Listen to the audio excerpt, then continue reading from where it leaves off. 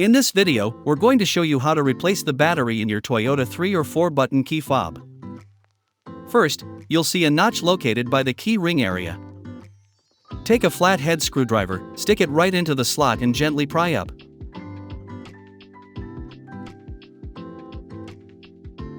Once the two pieces are split, they lift apart easily.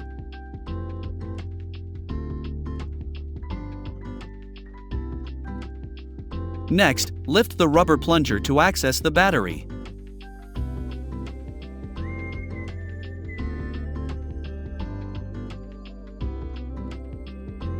Now use your screwdriver to lift the battery out. These Toyota key fobs use one CHR 2032 button battery. You can find a link to the battery in the description below. Replace with a new battery, ensuring the positive side is facing up. Insert battery into the slot at a slight angle and push in. Next, insert the rubber plunger back in place.